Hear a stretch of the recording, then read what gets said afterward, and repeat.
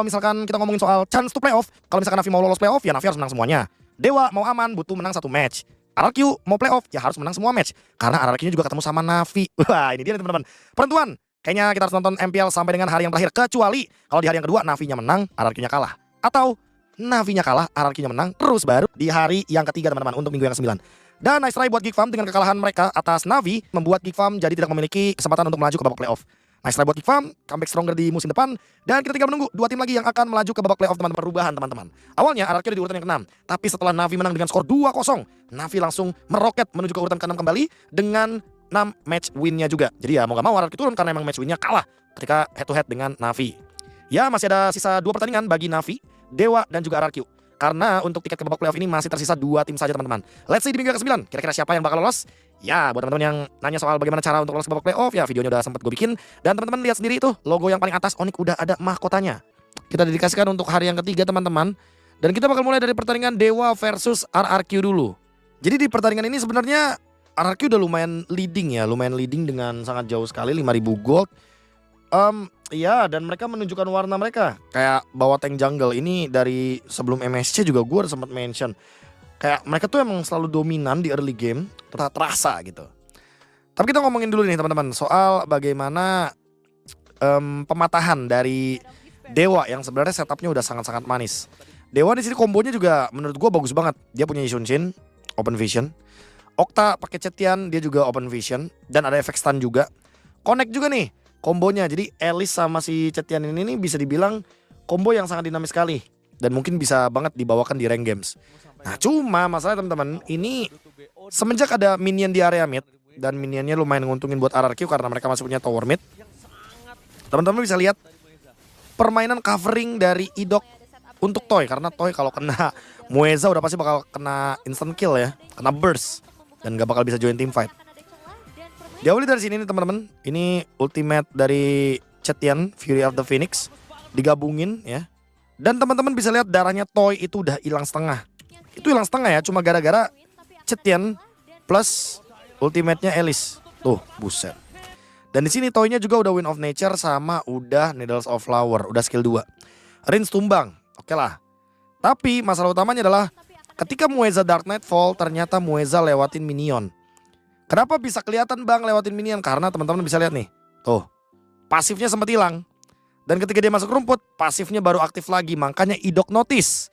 Dan langsung digigit Muezanya. Beuh, di cover boy. Karena kalau misalkan gak di cover itu Toy udah pasti diincer. Udah pasti bakal jadi orang pertama yang bakal dimakan ya. Nah karena windownya terbuka, Muezanya tumbang. Rinse tuker Ray sama Mueza. Makin besar nih kesempatan buat menangin game yang pertama. Apalagi ya dengan adanya Toy yang udah ngeluarin semua resource-nya, udah Inspire, udah Needles of Flowers, udah Wind of Nature. Dan ternyata Idoknya ngeliat ya satu kesempatan untuk ngegigit Mueza. Apalagi ngegigitnya pas banget nih, sesaat sebelum dia engage ke belakang. Ya, cuma gara-gara Dark Nightfall-nya di saat ada minion, ini jadi merugikan sebenarnya buat Mueza. Dan menguntungkan buat RRQ sehingga mereka bisa menang di game yang pertama. Lanjut ke game yang kedua teman-teman. Ya intinya di game yang kedua makin leading lagi nih karena early gamenya sangat-sangat flawless. Dewa lumayan tidak konsisten sih permainannya. Kayak ada di satu game mereka kuat banget, ada di satu game mereka kayak ada something gitu. Gue ngerasa di sini sebenarnya Dewa mencoba buat menghentikan lah dominasi dari RRQ dengan cara mereka makan Rinse. Pas banget Muezanya ngeliat ada Rinse. Langsung ada Flicker, Tidal Strike, Tsunami Slam. Nah di sini kan ya kalau kita ngomongin soal combo ya, Lunok sama Kalea ini bisa burst nih. Dan teman-teman bisa lihat Rinse darahnya udah segini.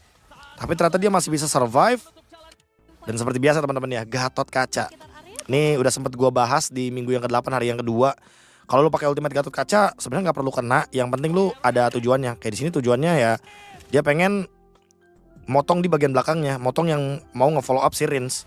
Kayak akhirnya maybe ngeluarin skill 2 kan. Maybe ngeluarin skill 2, Okta ngeluarin kuning, Order Brilliance. Ya udah di sini Diren tinggal masuk, main Petrify dan dia punya Queen Swings. Jadi Dragon Tail-nya 2 kali nih, teman-teman bisa lihat ya. Pas turun, dia Dragon Tail nih. 1 2 3 detik kemudian Dragon Tail lagi. Karena ya ketika Queen Swings aktif, itu cooldown skill kalian juga bakal dipotong. Jadi ya otomatis dengan 2 Dragon Tail seperti ini, apalagi Dragon Tailnya di ujung, set nih enak banget nih buat main di ujung. Kalau misalkan udah ngasih damage di pinggiran ujungnya tuh, sedep dah pokoknya. Dan ya karena Dewa mencoba untuk mendapatkan range tapi nggak dapet, alhasil RRQ-nya masih nge-push berlima, ya endgame jadi 2-0 teman-teman ya. Bukan Onyx namanya kalau misalkan temennya digas tapi nggak ngegas balik. Ya itu yang sering terjadi. Apalagi EVOS yang di kala ini ya teman-teman ya, lagi ketinggalan 2.300 gold. Diawali dari setupnya bagus sih sebenarnya, setupnya manis banget. Yang pertama, EVOS udah tahu nih, wah ada informasi, nggak ada Shadow, Kairi-nya. Tapi emang ya mungkin kayaknya udah ngelihat nih, kayaknya udah ngelihat kemungkinan terburuknya. Ya, set di sini dia nggak ketemu siapapun ya kan. Kemungkinan terburuknya adalah kalau member EVOS show face to face sama member Onyx, pasti portalnya bakal bisa dimasukin. Nah disinilah teman-teman kekacauan dimulai. Ketika kayaknya lagi nunggu nih, dan Kairi ngebuka boost di sini, tapi teman-teman bisa lihat di top lane itu cicinya Skylar. Ketika portalnya dibuka, tiba-tiba ada informasi di bawah pada masuk, bahkan ada Bane dan Ishunchin yang masuk. Lihat tuh Skylarnya langsung join team fight, masuk dari portal, dia cari lawannya. Kiboy langsung Tectonic Charge. Ini dia. Kayak Onyx tuh gak apa-apa kehilangan satu asalkan pertukarannya ada terus dan selalu menguntungkan buat mereka. Walaupun tadi awalnya kayak oke, keuntungan goldnya berapa, terus shutdown dari Kairi didapatkan, tapi gak ada masalah gitu loh. Karena trade yang dibalas sama Onyx itu sepadan dengan shutdownnya Kairi yang emang lumayan banyak ya teman-teman ya. Secara gold ya Kairi shutdown itu lumayan nguntungin buat EVOS. Tapi ya secara kuantitas kalau misalkan kayak begini 3 tumbang gitu kan, ya mau gimana pun EVOS juga tetap bakal rugi. Karena ketika dilanjutkan tuh teman-teman bisa lihat objektifnya langsung dikuasain sama Onyx. Inilah Onyx yang bener-bener bermainnya selalu ya team play. Temennya digas, Kairinya digas, ya udah gas balik gitu kan. Kalau bisa dapat 1 tukar 3 ya kenapa harus ngerasa rugi gitu. Mereka akan tetap untung. Teman-teman bisa lihat dari yang awalnya 2.300-an jadi 3.000 gold. Ya dengan inilah snowballing dari Onyx juga tidak terhentikan di game yang pertama. Mungkin banyak yang bingung kenapa Kiboy jadi player of the match. Jadi gini teman-teman, player of the match itu nggak cuma dilihat dari game yang kedua, tapi dari impact keseluruhan game atau keseluruhan matchnya.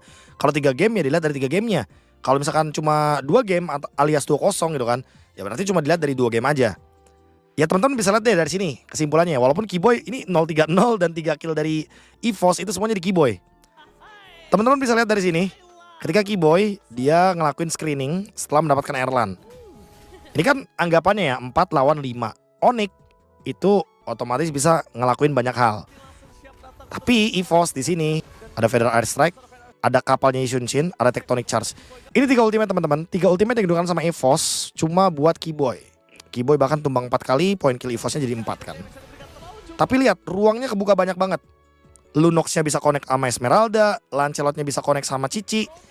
Dan yang terjadi adalah karena sudah 3 ultimate yang digunakan, Ishunchin udah buka ultimate berarti nggak akan ada vision lagi, ya kan? Rondel juga susah buat nge-backup. Kayak mau ke top lane nggak bisa, otomatis di screening doang nih. Tuh lihat, tuh cuma diganggu-gangguin doang. Key-nya tumbang di atas, Albertnya juga tumbang di bawah, langsung connect. Kayak dengan bertukar 1 Kiboy, Onyx tuh langsung cari gitu loh, trade apapun. Dengan cara mereka ngegroupingnya 2-2 formasinya. Itu kalau misalkan tadi skillnya nggak semuanya ke Kiboy teman-teman, ya berarti nanti yang bawahnya kelihatan dong. Kairi sama Lutfi-nya lagi setup di bawah kelihatan dong. Nah begitulah teman-teman. Kalau teman-teman bingung, loh kenapa ya kok Kiboy jadi MVP? Padahal dia 042 gitu kan. Tapi lihat apa yang dibuka sama Kiboy sendirian. Dia ngebuka atas, dia bikin kayaknya udah nggak punya ultimate, tuh, ya kan? Nggak punya Tectonic Charge, dia buang flicker di sini, di turtle nggak ada flicker. Bawah, sampai buang retri Albertnya. Ya udah dong, jadi free turtle juga jatuhnya kan. Keuntungan gak berhenti dan Kiboy bener-bener bisa utilize lah menurut gua ini Hilda roamernya. Lebih tepatnya Onyx-nya sih, mau dikasih apa aja. Ini jalan terus gameplaynya selama emang dari early dan dari trio mid-nya bisa megangin. Makanya gamenya jadi 2-0.